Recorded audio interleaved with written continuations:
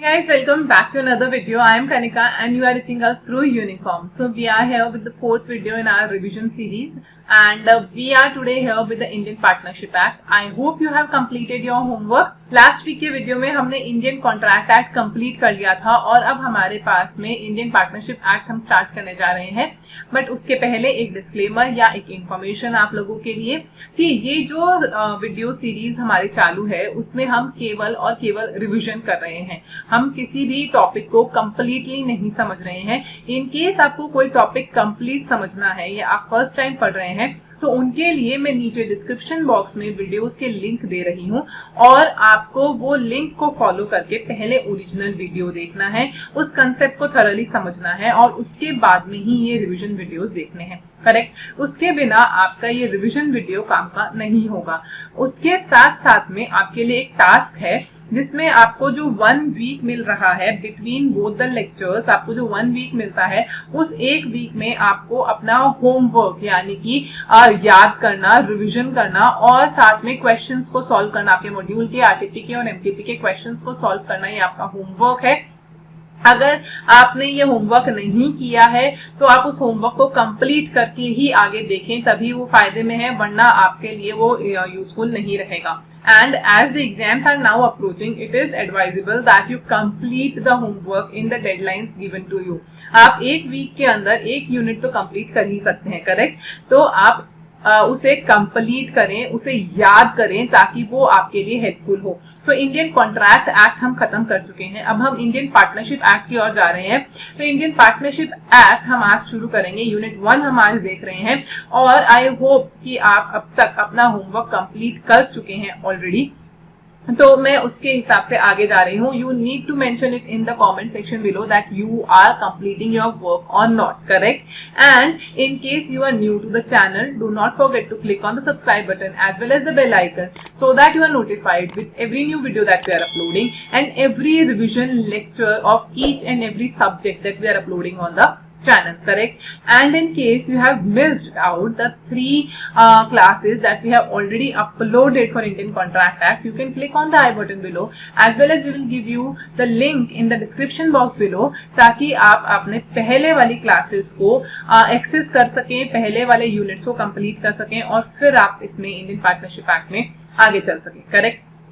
Okay, so moving on further, हम Indian partnership act की बात कर रहे हैं। तो हमने यहाँ पे क्या देखा है, जो इम्पोर्टेंट चीज है वो ये रहेगी कि आपके कॉन्ट्रैक्ट एक्ट में से बहुत सारे प्रोविजन इंडियन पार्टनरशिप एक्ट में लिए गए हैं। That is why I am focusing again and again on the fact कि आपको पहले कॉन्ट्रैक्ट एक्ट करना है और फिर पार्टनरशिप एक्ट करना है, क्योंकि इसमें बहुत सारे ऐसे टर्म्स एंड आएंगे जो हम ऑलरेडी कॉन्ट्रैक्ट एक्ट में पढ़ चुके हैं और उस वक्त फिर हम कहेंगे कि ये तो आपने कॉन्ट्रैक्ट एक्ट में पढ़ लिया है, करेक्ट। तो आप उसे पहले कंप्लीट करें और फिर ही आगे बढ़ें, करेक्ट। देन मूविंग फर्दर, हमारे पास जो यूनिट 1 इंडियन पार्टनरशिप एक्ट का है वो क्या कहता है। इंडियन पार्टनरशिप एक्ट यूनिट 1 आपको बेसिक क्राइटेरिया दे रहा है, यानी आपको बता रहा है कि किस तरह की डेफिनेशंस होती हैं, किस तरह से आपको चीजों को समझना है, कितने टाइप्स ऑफ पार्टनरशिप हैं, कितने टाइप्स ऑफ पार्टनर्स हैं, कितने तरह का काम होता है, कितने फॉर्म्स ऑफ बिजनेस है। इन शॉर्ट ये आपको एक बिजनेस का आइडिया दे रहा है, ठीक है। तो इसमें से काफी सारे क्वेश्चंस आपके बनते हैं, बट उसके साथ में बहुत इंपॉर्टेंट है कि ये आगे वाले यूनिट्स को समझने में काम आता है। फाइन। तो सबसे पहली चीज जो हमारे पास यहाँ आती है वो ये है कि इंडियन पार्टनरशिप है क्या, राइट। What is partnership. तो इसके अंदर बेसिक एलिमेंट्स हमारे पास क्या होते हैं कि सर पार्टनरशिप जो होती है उसके लिए इंपॉर्टेंट है कि आप एक बिजनेस कर रहे हैं और ऑब्वियसली मोर देन 2 पीपल है वहां पे, 2 और मोर देन 2 पीपल वहां पे है। अगर वो एक साथ में आके कोई बिजनेस कर रहे हैं, this is really really important. Business is important as well as profit is important, ठीक है। तो अगर आप कोई बिजनेस कर रहे हैं, आप किसी तरह का प्रॉफिट मेकिंग कंसल्टेंसी में काम कर रहे हैं, आप किसी तरह का प्रॉफिट मेकिंग ऑर्गेनाइजेशन में काम कर रहे हैं, तो वो आप पार्टनरशिप को टर्म कर सकते हैं। बट वहां पे ये तो बेसिक कंडीशन है। उसके अलावा 2-3 कंडीशंस आती हैं, जैसे हमने कहा कि पार्टनरशिप जो है वो एक अग्रीमेंट पे बेस्ड होता है, यानी वो इस चीज के ऊपर फोकस करता है कि जो दो लोग एक साथ काम कर रहे हैं वो एक एग्रीमेंट में हो, रिटन हो, ओरल हो, that is not much important, but एक एग्रीमेंट होना चाहिए। और साथ में the most important cardinal principle हम जिसको कहते हैं, मोस्ट इंपॉर्टेंट प्रिंसिपल जो पार्टनरशिप का होता है वो है आपका mutual agency. Fine, this is what you know already. Mutual agency यानी कि अगर एक व्यक्ति कोई काम कर रहा है तो उसके लिए पूरी फर्म लायबल है, उसके लिए पूरा बिजनेस लायबल है, और अगर बिजनेस काम कर रहा है तो उसके लिए वो एक व्यक्ति भी लायबल है, भले ही उसने उसमें पार्टिसिपेट किया हो या नहीं। ठीक है, that is a mutual agency, that each and every partner is a principal as well as an agent when it comes to the work of partnership. Correct. तो हमने कहा असेंशियल एलिमेंट्स क्या होते हैं। असेंशियल एलिमेंट होते हैं sir, agreement होना चाहिए, बिजनेस पर्पस होना चाहिए, प्रॉफिट मेकिंग एंटिटी का पर्पस होना चाहिए। हम लॉस करने के लिए साथ में नहीं आ रहे हैं, प्रॉफिट कमाने के लिए साथ में आ रहे हैं। एग्रीमेंट होना बहुत ज्यादा जरूरी है। म्यूचुअल एजेंसी एक ऐसा फंडा है जो पार्टनरशिप के अंदर ही होता है। बट इतने सारे एलिमेंट्स में से अगर हम 3 बेसिक एलिमेंट निकालें जो कि ट्रू टेस्ट बताता है कि पार्टनरशिप कब होता है, जब हम ट्रू टेस्ट ऑफ पार्टनरशिप की बात करें तो सिर्फ 3 बेसिक फंडे आते हैं। हाँ, हम ये जरूर कह रहे हैं कि हमने कार्डिनल प्रिंसिपल म्यूचुअल एजेंसी को बताया है, बट हम 3 ऐसी चीज निकालते हैं जो कि ट्रू टेस्ट है। क्या? एक तो हमारा अग्रीमेंट होना चाहिए, क्योंकि नीचे दिए गए सारे फॉर्म कोई भी एग्रीमेंट बेस्ड नहीं होता है। पार्टनरशिप एक ऐसा फॉर्म है जो एग्रीमेंट बेस्ड होता है, यानी जिसमें कॉन्ट्रैक्ट होता है लोगों के बीच में कि हम बिजनेस करेंगे, प्रॉफिट कमाएंगे। करेक्ट। और दूसरी चीज हमने अभी कहा, हम बिजनेस करेंगे, प्रॉफिट कमाएंगे, तो प्रॉफिट शेयरिंग रेशियो, प्रॉफिट कमाना, प्रॉफिट मोटिव होना जरूरी है। हम एनजीओ को, नॉन प्रॉफिट ऑर्गेनाइजेशंस को कभी भी पार्टनरशिप में इंक्लूड नहीं करते। तो कहाँ करते हैं वो आप मुझे बताएंगे नीचे कमेंट सेक्शन में कमेंट करके कि हम एनजीओ को और नॉन प्रॉफिट ऑर्गेनाइजेशन को कहाँ रजिस्टर करवा सकते हैं। करेक्ट। देन मूविंग फर्दर, इसमें तीसरा पॉइंट क्या है मैम? आपने कहा था 3 आएंगे। तीसरा पॉइंट है आपका mutual agency. Obviously cardinal principle है, इसको कैसे हम छोड़ देंगे? तो एजेंसी वाला प्रिंसिपल आएगा, पार्टनर, एक partner, one working for all and all working for one, right? That is the mutual agency. 3 basic test आएंगे सर, एग्रीमेंट है, रिटर्न हो, ओरल हो, कोई फर्क नहीं पड़ता। प्रॉफिट शेयरिंग रेशियो है, प्रॉफिट किसने कमाया है, प्रॉफिट कमाया है, कैसे डिवाइड होगा, लॉस कैसे डिवाइड होगा नहीं पता, कोई बात नहीं, बट प्रॉफिट कैसे डिवाइड होगा पता होना जरूरी है। Then third is mutual agency, that is the one partner acting for all and all partner acting for one. ठीक है, तो ये म्यूचुअल एजेंसी होना जरूरी है। ट्रू टेस्ट ऑफ पार्टनरशिप एक क्वेश्चन में 3 पॉइंट इंपॉर्टेंट है, आप सिंगल पॉइंट नहीं लिखेंगे, तीनों पॉइंट वहां पे आने चाहिए। Correct. And another important thing, this is an important descriptive question. इसके ऊपर आपके काफी सारे क्वेश्चन देखे गए हैं, तो ये आपके लिए एक इंपॉर्टेंट क्वेश्चन बन जाता है। Correct. Then moving on further, अगर हम ये देखते हैं कि अनदर इंपॉर्टेंट टॉपिक जो यहाँ आता है वो है डिस्टिंक्शन बिटवीन। हमने कहा कि आपके एग्जाम में 3 तरह के क्वेश्चन आते हैं, डिस्क्रिप्टिव आते हैं, डिस्टिंक्शन आते हैं और आपके केस स्टडी आते हैं। तो डिस्टिंग्विश बिटवीन जो है वो वाकई में बहुत ही इंपॉर्टेंट टॉपिक हो जाता है, बट हाँ इसकी फ्रीक्वेंसी काफी लिमिटेड है, तो हम यहाँ पे इंपॉर्टेंट टॉपिक्स में डिस्टिंग्विश बिटवीन को लेते हैं। अब वहां पे आपके पास में जॉइंट स्टॉक कंपनी, ऑब्वियसली हम कंपनीज एक्ट में दोबारा पढ़ते हैं, इसकी फ्रीक्वेंसी थोड़ी सी इंक्रीज हो जाती है। उसके अलावा क्लब, ये 2 फ्रीक्वेंटली देखे गए हैं और बाकी तीनों फॉर्म थोड़े कम देखे गए हैं। करेक्ट। हम इसका एक ओवरऑल व्यू देते हैं कि किस तरीके से हमें इन्हें पढ़ना है। अगर हम एक फर्म और एक कंपनी की बात करें तो सब बहुत ही बेसिक डिस्टिंक्शन होता है। एक पार्टनरशिप फर्म जो होती है वो आपकी सेपरेट लीगल एंटिटी नहीं होती है, वेयरएज अगर हम एक कंपनी की बात करें तो वो एक सेपरेट लीगल एंटिटी होती है।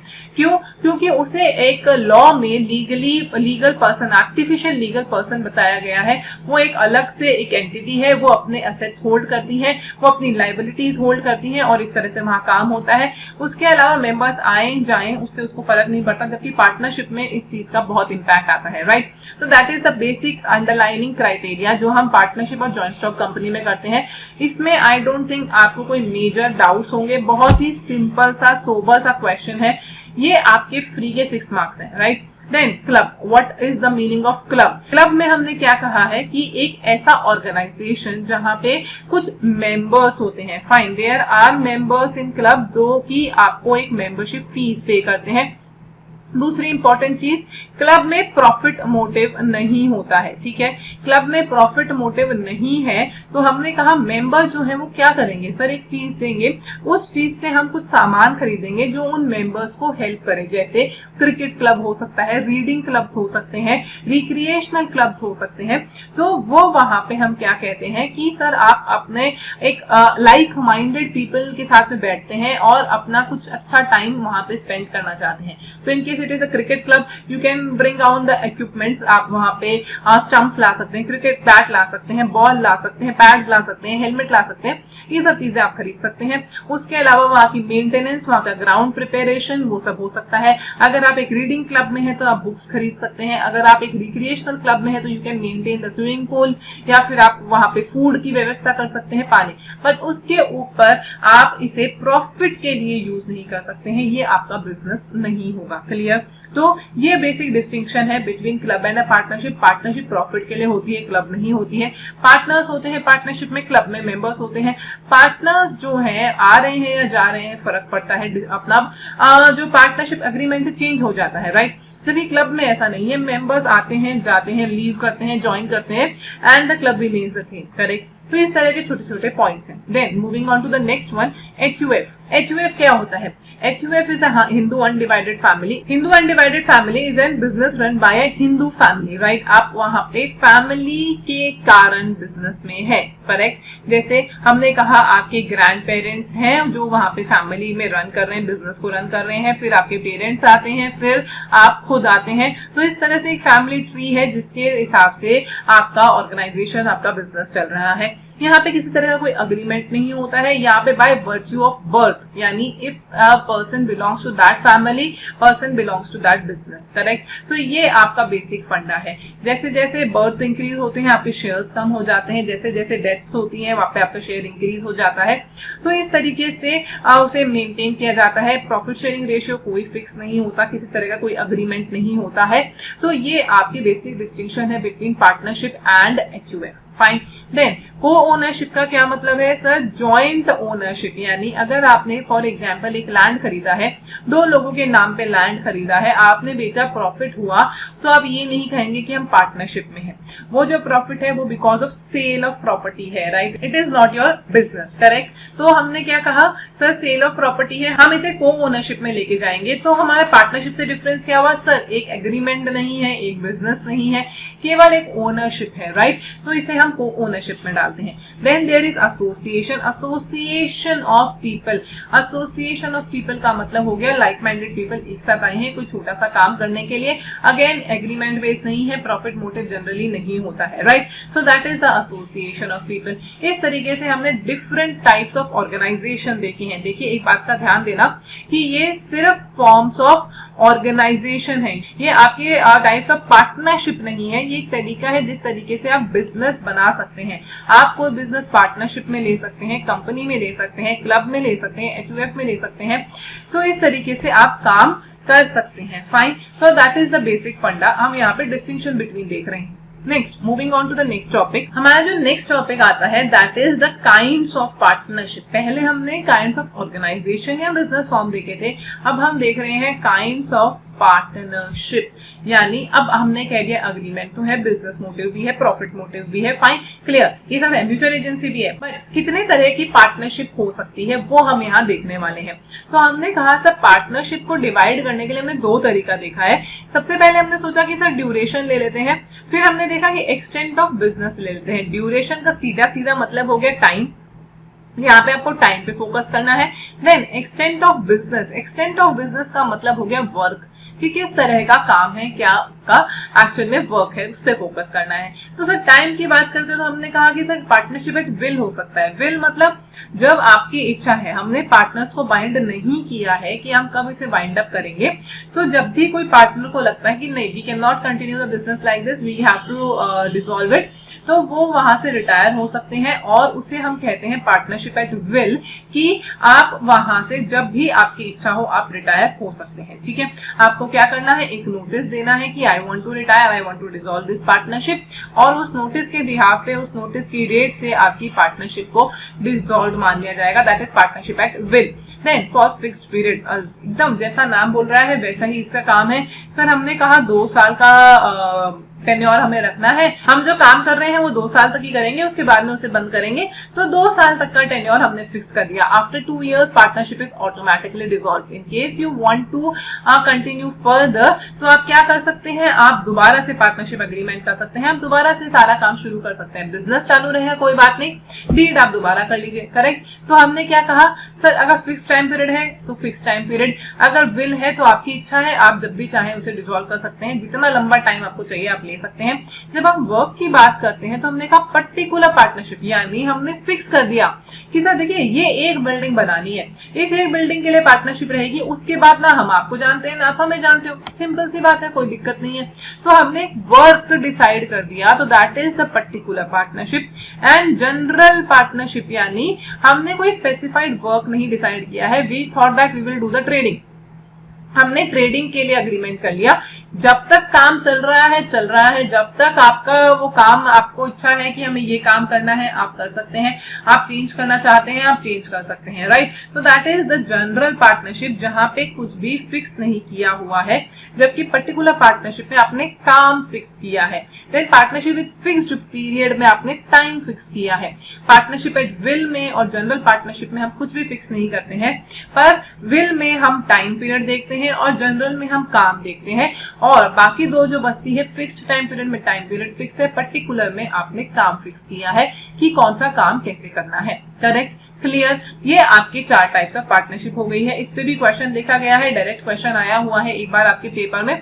उसके बाद में हम चलते हैं हमारे नेक्स्ट क्वेश्चन की ओर। नेक्स्ट क्वेश्चन जो फ्रीक्वेंटली देखा जाता है दैट इज पार्टनरशिप डीड, कि आखिर पार्टनरशिप डीड क्या होती है। तो partnership deed is an agreement between partners, you know that, but आप उसे लिखते टाइम गलती कर देते हैं। इसको आप ध्यान से पढ़ें कि सर एक तो पार्टनरशिप डीड एग्रीमेंट है जो पार्टनर्स के बीच में हो रहा है, दूसरा हमने क्या कहा कि सर आपका जो अग्रीमेंट है वो रिटन या ओरल कोई सा भी हो सकता है, वो रजिस्टर्ड अनरजिस्टर्ड कोई सा भी हो सकता है। It is advisable that it should be written and registered, but it is not a compulsion, fine. तो पार्टनरशिप डीड जो है वो एक अग्रीमेंट के कारण बनाई जाती है, जिसमें हम टर्म्स एंड कंडीशन लिखते हैं कि प्रॉफिट शेयरिंग रेशियो क्या होगा, इंटरेस्ट ऑन कैपिटल क्या होगा, नाम क्या है, कौन है, क्या आईडीज है, कहाँ रहते हैं, ये सब चीजें हम उसमें बताते हैं। और साथ में इसमें ओरल रिटर्न भी हो सकता है या कंपल्सरी भी नहीं है रजिस्ट्रेशन के लिए, ठीक है। तो डिस्प्यूट को अवॉइड करने के लिए हम कहते हैं कि होना चाहिए रजिस्ट्रेशन। स्टैम्प ड्यूटीज लगती है, रजिस्ट्रेशन करवा लीजिए स्टैम्प एक्ट के अकॉर्डिंग, उस पर स्टैम्प ड्यूटीज लगती हैं, फाइन। अब रिक्वायरमेंट क्या है, जो हमने कहा वो चीजें इसमें लिखनी है, जैसे name of the partners, address of the partners, and then their ID proofs कि सर कहाँ पे रहते हैं, कौन है, क्या करते हैं, what are the profit sharing ratios, what are the interest on capital, what are the interest on drawing, what are the salary remuneration conditions, what are the responsibilities of each of the partners, right. इस तरीके से छोटे छोटे से 12 point आपके सामने आते हैं। आप ये 12 पॉइंट लिखिए, आपका आंसर कंप्लीट है, उसमें आपको किसी तरह का कोई स्ट्रेस लेने की जरूरत नहीं है, सीधा सिंपल 4 मार्क्स आपके हाथ में है, राइट। तो ये आपका एक क्वेश्चन हो गया। Then it is types of partners, कि आपके पास में कितने तरह के पार्टनर्स आते हैं, करेक्ट। तो जब हम टाइप्स ऑफ पार्टनर की बात करते हैं तो टाइप ऑफ पार्टनर में हमने कहा एक्टिव पार्टनर हो सकता है, एक्टिव और ऑस्टेंसिबल, यानी कि आपके डे टू डे एक्टिविटी में वो पार्टनर है, वो आपके डिसीजन मेकिंग में पार्टिसिपेट करेंगे, वो आपके एक्टिविटीज में पार्टिसिपेट करेंगे, वो आपके जो भी फाइनेंसेस है उसमें पार्टिसिपेट करेंगे, वो एक्टिव पार्टनर है। नॉमिनल पार्टनर का क्या मतलब होता है, नॉमिनल पार्टनर में हमने कहा they are not actually the partner, they are lending you their name. अब वो वहां पे प्रॉफिट शेयरिंग में पार्टिसिपेट नहीं कर रहे हैं, एग्रीमेंट में साइन करेंगे, correct, but they are lending you their name, कि आप इनका नाम इस्तेमाल कर सकते हैं अपने बिजनेस के लिए, अपनी मार्केटिंग के लिए, फाइन, बट वो उसकी डे टू डे एक्टिविटीज में पार्टिसिपेट नहीं करते हैं। He is just a nominal partner, fine. Then moving on to sub partner, partner अगर अपनी राइट्स कहीं डेलीगेट कर रहा है तो हम उसे सब पार्टनर कहते हैं। आउटगोइंग पार्टनर बहुत ही सिंपल सी बात है, सर आउटगोइंग में कौन आता है, आपका रिटायरिंग पार्टनर आ सकता है, आपका एक्सपेल्ड पार्टनर आ सकता है, आपका इंसॉल्वेंट पार्टनर आ सकता है, आपके पार्टनर की अगर डेथ हो जाती है तो उसको भी हम कहते हैं आउटगोइंग पार्टनर, फाइन। जो भी फर्म के बाहर जा रहा है वो है आउटगोइंग पार्टनर।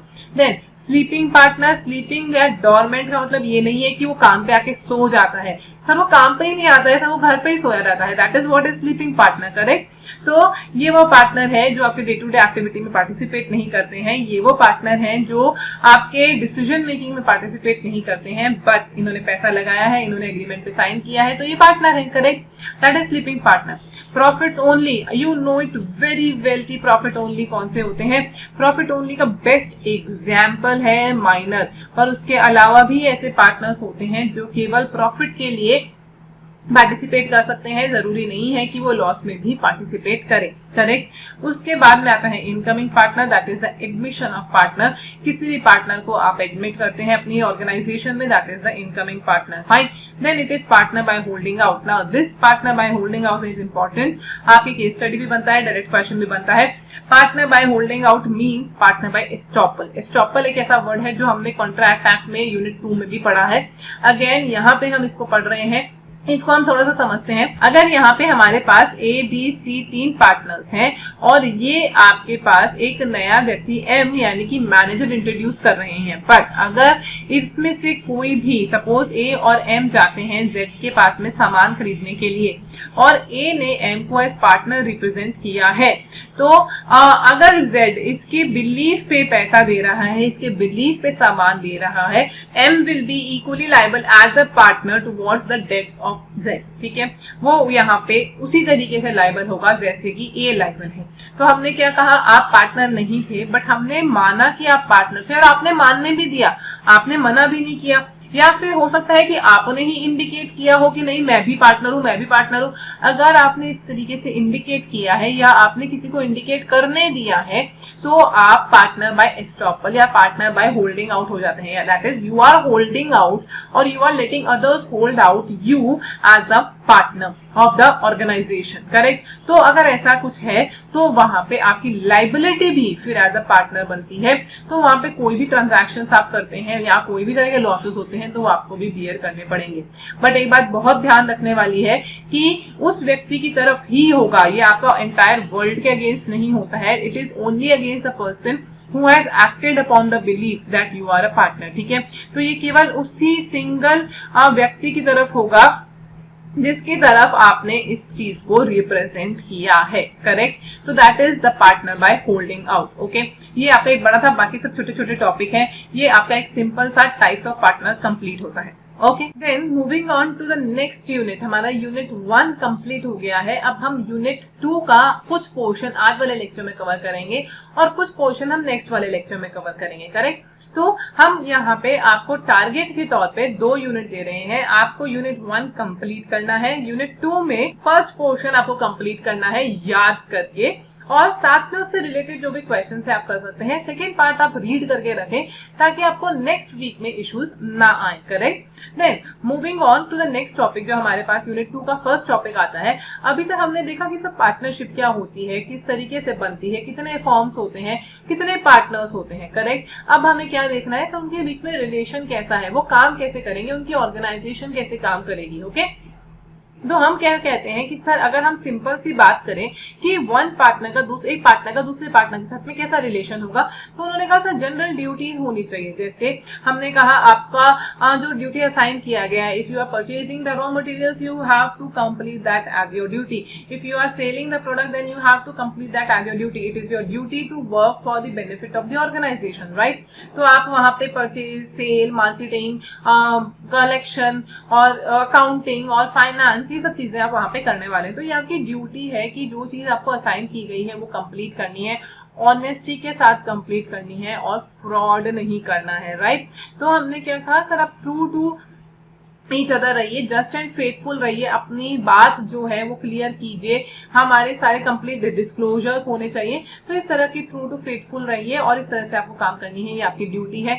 देन अगर वहां पे किसी तरह का लॉस होता है, कोई फ्रॉड के केस में लॉस होता है, तो ये एक पार्टनर की ड्यूटी है कि हम उसे इंडेमनीफाई करेंगे। इंडेमनीफाई का मतलब क्या होता है, मेक गुड ऑफ, यानी कि अगर कोई नुकसान है तो उसकी भरपाई करना, ठीक है। अगर हम इंग्लिश में बोलते हैं तो उसको हम इंडेमनीफाई यानी हम उसकी भरपाई हैं, उतना पेमेंट करके या उसके इक्वल काम करके, व्हाटएवर द सीन इज। सो हमने कहा अगर फ्रॉड है तो आपके थर्ड पार्टी को नुकसान नहीं होना चाहिए, आपकी फर्म पैसा देगी, कैसे रिकवर करते हैं वो आपकी टेंशन है, बट थर्ड पार्टी को नुकसान नहीं होना चाहिए, राइट। तो ये आपकी बेसिक दो चीजें आ गई। उसके बाद में हमने कहा कि सर राइट्स एंड ड्यूटीज कैसे होगी, कैसे डिटरमाइन किया जाएगा। तो हमने कहा देखिए राइट्स एंड ड्यूटीज में आप जिस तरीके से एलोकेट करते हैं, आपके एग्रीमेंट में जिस तरीके से एलोकेट किया जाता है आप एलोकेट कर सकते हैं, कोई भी दिक्कत नहीं है। और हाँ एक चीज और, यहाँ पे आप रिस्ट्रेन ऑफ ट्रेड का अग्रीमेंट भी कर सकते हैं। हमने रिस्ट्रेन ऑफ ट्रेड पढ़ा था इंडियन कॉन्ट्रैक्ट एक्ट में, करेक्ट, बिल्कुल सही। तो हमने यहाँ पे क्या कहा कि अगर कोई पार्टनर जा रहा है, कोई आउटगोइंग पार्टनर है, तो वो सेम बिजनेस कैरी ऑन नहीं कर सकता है, राइट। उसके अलावा भी आप एक एग्रीमेंट कर सकते हैं कि आपकी जो एग्जिस्टिंग पार्टनर्स है वो भी सेम बिजनेस सेम टाइम पे आपके जब फर्म के साथ में है तब वो सेम बिजनेस कहीं और नहीं कर सकते, फाइन। तो ये हमने क्या कहा, म्यूचुअल राइट्स ड्यूटीज एग्रीमेंट से डिसाइड होती है। रिस्ट्रेन ऑफ ट्रेड जैसा अग्रीमेंट अलाउड होता है पार्टनरशिप के केस में। यहाँ पे आप ड्यूरिंग वर्क आफ्टर वर्क भी सेम काइंड ऑफ बिजनेस नहीं कर सकते हैं। ये अगर आप चाहें तो आप अग्रीमेंट में डाल सकते हैं, एल्स कोई कंपल्शन नहीं है, क्लियर। देन हमने कहा कि सर हमने बेसिक ड्यूटीज की बात तो करी कि हमारी एक ड्यूटी है, बट कुछ राइट्स भी होती है। तो राइट ऑफ पार्टनर क्या होता है, राइट ये होता है कि हर पार्टनर के पास में राइट है, वो डे टू डे बिजनेस में पार्टिसिपेट कर सकता है, वो अपने डिसीजंस को वहां पे बता सकता है, अपने डिसीजन मेकिंग में पार्टिसिपेट कर सकता है, ये उसका राइट है। अगर वो ऐसा नहीं कर रहे हैं तो he can claim for his right, right. तो वो हमने क्या कहा कि कंडक्ट ऑफ बिजनेस में जाएगा, वो उसको अटेंड करेगा, उसकी ड्यूटीज को अटेंड करेगा, वो डिसीजन मेकिंग में पार्टिसिपेट करेगा, वो अकाउंट्स पूछ सकता है आपने कैसे किया, तो इसमें एक्सेस टू अकाउंट्स है, वो अकाउंट्स मंगवा सकता है, उनकी कॉपी मंगवा सकता है, राइट। डिसीजन मेकिंग में मेजोरिटी पार्टनर्स में उसको हिस्सा लेने का राइट है। तो ये 4 राइट्स हैं उनके पास में कि इस तरीके से उन्हें काम करना है, ठीक है। तो अगर आपके पास में राइट है तो आपकी ड्यूटी भी है और आपको साथ में दोनों को लेके अपना बिजनेस में काम करना होता है, करेक्ट। छोटा सा टॉपिक है, सिंपल सा टॉपिक है, इतना इसमें डिफिकल्ट कुछ भी नहीं था। देन हमने ये दोनों चीजें यहाँ पे इकट्ठी करके आपको बताई है। म्यूचुअल राइट्स एंड लायबिलिटीज क्या है। एक चीज तो सर देखिए हमें पता है कि जब तक आपके अग्रीमेंट में नहीं आएगा तब तक आप रेम्यूनरेशन तो क्लेम नहीं कर सकते, है ना। ये तो हमने 11th-12th में भी देखा है, जब भी हम पार्टनरशिप अकाउंट्स कर रहे थे तो हमें पता है कि जब तक हमारे एग्रीमेंट में नहीं लिखा हुआ है हम रेम्यूनरेशन कितना देना है, क्या देना है, ये तो डिसाइड ही नहीं कर सकते, है ना। उसके बाद में हमने कहा अगर कुछ भी मेंशन नहीं है तो सर इक्वल प्रॉफिट लॉस लेंगे। अगर आप चाहते हैं कुछ और हो तो आप अग्रीमेंट में मेंशन कर दीजिए, प्रॉफिट शेयरिंग रेशियो वो हो जाएगा जो आपने मेंशन किया है, correct. Then moving on, interest on capital तो मिलेगा, ये तो आप मुझे बता ही देंगे ना कि इंटरेस्ट रेट क्या है, जो हमने नीचे कमेंट सेक्शन में है ना। तो हमने कहा इंटरेस्ट ऑन कैपिटल तो मिलेगा, कोई दिक्कत नहीं है। अगर वहां पे दिया हुआ है तो ठीक है, नहीं दिया हुआ है तो 6% हमने फिक्स कर रखा है। पर ये जो 6% फिक्स किया गया है ये उसके लिए है जो कैपिटल के बियॉन्ड आप कुछ पैसा देते हैं। यानी हो सकता है कभी इमरजेंसी में आपने एक्स्ट्रा पेमेंट करा हो सकता है कभी आपने फर्म को लोन दिया हो, तो आपके कैपिटल के बियॉन्ड, जो कैपिटल आपने एग्रीमेंट में दिया उसके अलावा अगर आप कोई पैसा दे रहे हैं that is beyond your capital, तो वो आप 6% की रेट से दे सकते हैं, कोई इश्यूज नहीं है, correct. Then firm shall indemnify a partner in respect of payment and liabilities incurred by him। अगर उस पार्टनर ने आपके बिहाफ पे, फर्म के बिहाफ पे कोई भी पेमेंट किया है उसका पैसा फर्म को देना पड़ेगा। इंडेमनीफाई का मतलब हमने अभी भी देखा, अगर कोई पेमेंट किया गया है आप उसे रिटर्न करेंगे, बट पेमेंट कैसा होना चाहिए, आपके बिजनेस में होना चाहिए। इमरजेंसी के केस में आपको पे करना पड़ा, फाइन कर दीजिए, कोई इशू नहीं है, बट ये आपकी फर्म की लायबिलिटी हो जाती है और आपकी फर्म अब आपके पार्टनर को पे करेगी, फाइन। पर सिर्फ क्या फर्म ही पे करेगी, पार्टनर का कोई ड्यूटी नहीं है। अगर फर्म में कोई नुकसान हो रहा है पार्टनर की गलती से तो पार्टनर का भी ड्यूटी है, तो पार्टनर को इंडेमनीफाई करना पड़ेगा, करेक्ट, क्लियर है। तो ये तो आपके 6 पॉइंट हो गए राइट एंड ड्यूटी से, जितने राइट आएगी उतनी ड्यूटी भी आएगी। तो हमने कहा राइट एंड लायबिलिटीज के लिए आपके पास में ये पॉइंट्स आते हैं, correct, okay. Then the next topic is the most controversial topic ever, कि पार्टनरशिप प्रॉपर्टी क्या है। सर पार्टनरशिप प्रॉपर्टी होल्ड कर सकती है कि नहीं, तो हम क्या बोलते हैं, अरे सेपरेट लीगल एंटिटी ही नहीं है, जब वो आर्टिफिशियल पर्सन ही नहीं है तो वो प्रॉपर्टी होल्ड कैसे करेंगे। बट अगर इसका क्वेश्चन आता है कि पार्टनरशिप प्रॉपर्टी होल्ड कर सकती है या नहीं, तो हम क्या करें, करेक्ट। तो हमने कहा कि सर जो प्रॉपर्टी जो पैसा फर्म का है, जैसे कि हमने कैपिटल कंट्रीब्यूट किया, कॉमन स्टॉक हो गया, उससे हमने सामान खरीदा है, या फिर आपने सेल किया, पैसा आया, प्रॉफिट कमाया, उसको हमने रिजर्व में डाला, उसमें से हमने कुछ सामान खरीदा है, या फिर हमने गुडविल कमाई है, या फिर इस तरह का कोई बिजनेस है, कोई राइट्स है जो हमने क्लेम किया है आफ्टर एंटरिंग इनटू पार्टनरशिप, तो उस केस में पार्टनरशिप की प्रॉपर्टी होती है। यस करेक्ट, आपके असेट्स होते हैं, आपकी लायबिलिटीज भी होती हैं, बट उनके रजिस्ट्रेशन और उनके नाम जो है वो आपके पार्टनर्स के होते हैं, आपकी पार्टनरशिप फर्म के नहीं।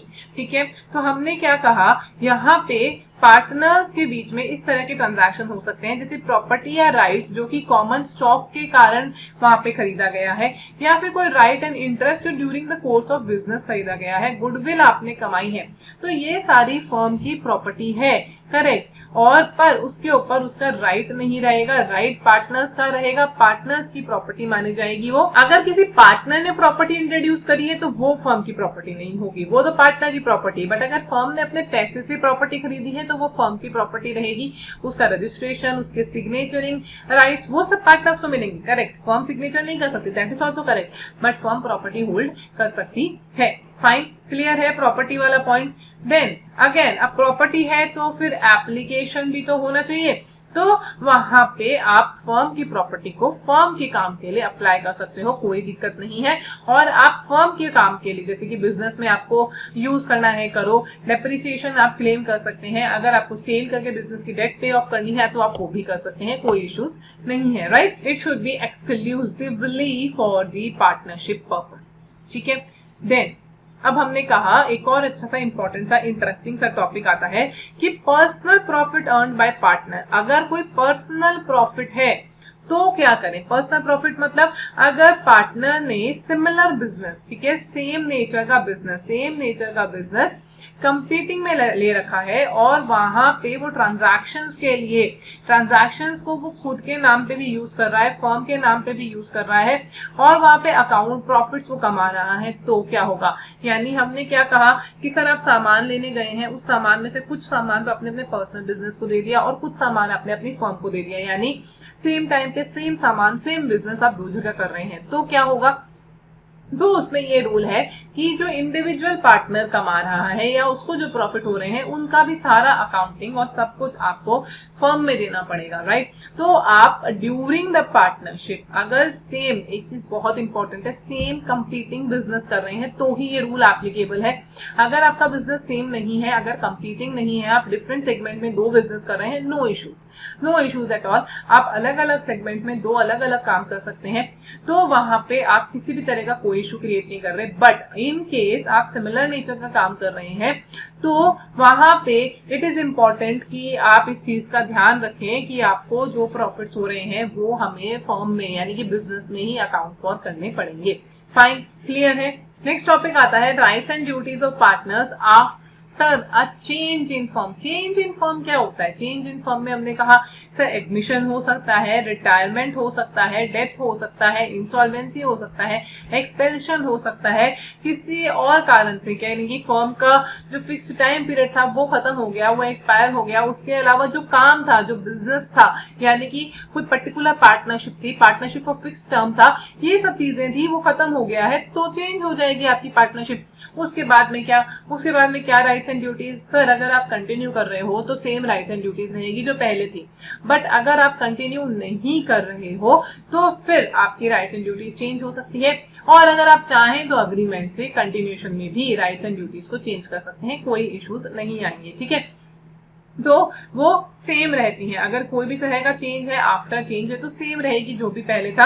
अगर फिक्स्ड टर्म खत्म हो जाता है इसका मतलब आप आगे बिजनेस नहीं लेके जा रहे हैं। अगर आप आगे बिजनेस नहीं लेके जा रहे हैं तो आपका जो भी राइट्स एंड ड्यूटीज खत्म है, बट अगर लेके जा रहे हैं तो वो सेम रहेगी। अगर आप चाहते हैं कि हमें कुछ चेंज करना है तो आप एग्रीमेंट से उसे चेंज कर सकते हैं। फाइन, तो अभी तक के जो टॉपिक्स थे हमारे वो इस तरीके से था कि रिलेशन बिटवीन पार्टनर्स कैसा है, मतलब एक फर्म के अंदर 3 पार्टनर है तो उनका रिलेशन कैसा रहेगा, वो किस तरह की चीजों को अलाउड है और क्या चीजें हैं, राइट्स एंड ड्यूटीज उनके पास है। बट अब जो नेक्स्ट टॉपिक्स हमारे पास आ रहे हैं उसमें हमने कहा है कि यहाँ हम थर्ड पार्टी के बारे में बात कर रहे हैं, यानी कि हम नेक्स्ट वर्ल्ड की बात कर रहे हैं हमारे अगेंस्ट, तो हमारी फर्म जो है वो एक इंटैक्ट फर्म रहेगा। पहले वाले में हम विद इन फर्म बात कर रहे थे, हमने फर्म को खोल के रखा था कि 5 पार्टनर्स हैं। अब हमारे सामने 5 पार्टनर्स नहीं है, अब हमारे सामने सिर्फ एक फर्म है, राइट। तो हमारे जो भी डिसीजन रहेंगे वो इस बात पे बेस्ड रहेंगे कि ये एक फर्म कैसे काम करेगी, ओके। तो जब हमने बात करी कि थर्ड पार्टीज में है, तो पार्टनर जो है वो एजेंट है फर्म का। ऑब्वियसली ये हम देख चुके हैं, नॉर्मल एजेंसी से डिफरेंट है, बट पार्टनर जो है वो एजेंट है फर्म का। यानी अगर पार्टनर ने कोई काम किया है फर्म लायबल है, अगर फर्म ने काम किया है पार्टनर लायबल है, both individually as well as in the partnership firm, ठीक है। तो उसकी पर्सनल प्रॉपर्टीज भी यहाँ पे स्टेक पे होती है, करेक्ट। तो ये आपका रिलेशन विथ थर्ड पार्टी के बारे में बात हुई। अब हमारे पास जो इंपॉर्टेंट टॉपिक आ रहा है, this is really important for direct questions. Implied authority एक बहुत ही इंपॉर्टेंट सा टॉपिक आता है, क्योंकि ये आपसे काफी बार पूछा गया है। इम्प्लाइड अथॉरिटी में हमने क्या कहा है कि एक पार्टनर के पास में कितनी अथॉरिटीज रहती हैं। तो हमने कहा कि सर एक पार्टनर बहुत सारी जो बेसिक चीजें होती है जो कि बिजनेस को यूजुअल वे में चलाने के लिए रिक्वायर्ड है, जैसे purchase, sale, marketing, finance, loans and everything, ठीक है। तो एक बिजनेस को यूजुअल वे में चलाने के लिए जो जो रिक्वायरमेंट्स है वो एक पार्टनर की इम्प्लाइड अथॉरिटी होती है, वो आप हमेशा रख सकते हैं। और उसमें आप जो भी काम कर रहे हैं वो सामने वाले के लिए, अपनी फर्म के लिए, आपके पार्टनर्स के लिए बाइंडिंग होता है, करेक्ट। तो ये तो आपकी इम्प्लाइड अथॉरिटी होगी। बट उसके बाद में हमने क्या कहा कि कुछ चीजें हैं जो कि इम्प्लाइड अथॉरिटी नहीं होती है, ये इंपॉर्टेंट है, does not empower, this is really important. Why? क्योंकि बाकी सब चीजें तो हमने कहा इम्प्लाइड होता है, बट ये कुछ चीजें होती हैं जो कि आपको अलाउड नहीं होती है। अगर हम ये बात करें कि कौन सी चीजें हैं जो अलाउड नहीं होती है, तो हमने कहा देखो सर ऐसा है कि कोर्ट से रिलेटेड आप अकेले मत कीजिए, कोर्ट जो है हम मिल बांट के करेंगे। आप डिस्प्यूट को सबमिट नहीं कर सकते, यानी कि अगर आप में कोई लड़ाई हो रही है तो आप उसे एक्सेप्ट नहीं कर पाएंगे, कॉम्प्रोमाइज नहीं कर सकते हैं किसी क्लेम के लिए। उसके अलावा आप कोई केस फाइल कर रहे हैं फर्म के बिहाफ पे, उसे विड्रॉ नहीं कर सकते हैं। उसके अलावा अगर आपकी कोई लायबिलिटी आई थी फर्म की तो उसे एक्सेप्ट नहीं कर सकते, एडमिट नहीं कर सकते, आप अकेले नहीं कर सकते। अगर आपकी फर्म ने डिसाइड किया है, सब पार्टनर्स ने मिलकर मेजॉरिटी से डिसीजन लिया है, of course you can do it, but you can not do it without the permission of other partners, okay, clear. उसके बाद में हमने क्या कहा, इनमॉल प्रॉपर्टी, सर ना तो आप परचेज कर सकते हो, ना ट्रांसफर कर सकते हो, सेल भी नहीं कर सकते, बैंक अकाउंट भी नहीं खोलना है फर्म के नाम पे। खुद के नाम पे आपको खोलना है खोलो, पर फर्म के नाम पे बिना परमिशन के बैंक अकाउंट नहीं खुलेगा। आपको मेजॉरिटी ऑफ पार्टनर का डिसीजन चाहिए, मेजॉरिटी ऑफ पार्टनर की अप्रूवल चाहिए, fine, correct. Then enter into partnership, आप किसी और पार्टनरशिप में फर्म के नाम से एंटर नहीं हो पाएंगे। आप ये नहीं बोलेंगे कि अब हमारा फर्म आपके साथ काम करेगा, ये नहीं हो सकता, ठीक है। तो हमने कहा आप और किसी पार्टनरशिप में फर्म के बिहाफ पे एंटर नहीं हो सकते। तो दीज आर द थिंग्स जो आपके पास में 8 पॉइंट आते हैं, जिसमें से हमने कहा कोर्ट में क्लेम, लाइबिलिटी, कोई केस विड्रॉ करना, ये सब चीजें, बैंक अकाउंट, इनमॉल प्रॉपर्टी या पार्टनरशिप, इस तरह की चीजें जो हैं वो आप नहीं कर सकते। इतने मेजर डिसीजन लेने के लिए आपके लिए जरूरी है कि आप पूरी ऑर्गेनाइजेशन का परमिशन लें, आप मेजॉरिटी ऑफ पार्टनर्स का डिसीजन लें और फिर ही आप उसके आगे प्रोसीड करें, फाइन।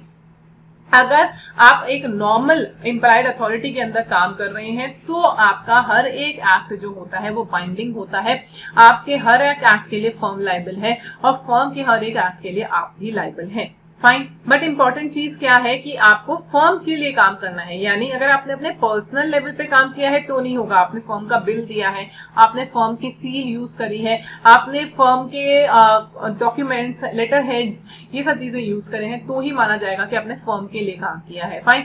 आप अपने पर्सनल लेवल पे काम नहीं कर रहे हैं, फर्म के लिए काम कर रहे हैं, तो वो सब चीजें बाइंडिंग है। सेम आपकी जो लायबिलिटीज है वो उसी तरीके से रहेंगी, उसी तरीके से आपको काम करना है, फाइन, क्लियर है ये पॉइंट। बट फिर एक क्वेश्चन ये आता है कि सर क्या ये फिक्स है या क्या ये इसी तरीके से होगा? तो इसमें एक तोड़ है, सर आप चाहें तो आप एक्सटेंशन या रिस्ट्रिक्शन कर सकते हैं, बट इम्पॉर्टेंट क्या है कि अगर आप किसी भी पार्टनर की लायबिलिटी को एक्सटेंड या रिस्ट्रिक्ट करना चाहते हैं तो आप ऑल पार्टनर्स का वहां पे परमिशन ले सकते हैं, एक रिजोल्यूशन पास करेंगे और आप चाहें उसकी राइट्स को रेस्ट्रिक्ट या एक्सटेंड कर सकते हैं, कोई इश्यूज नहीं है।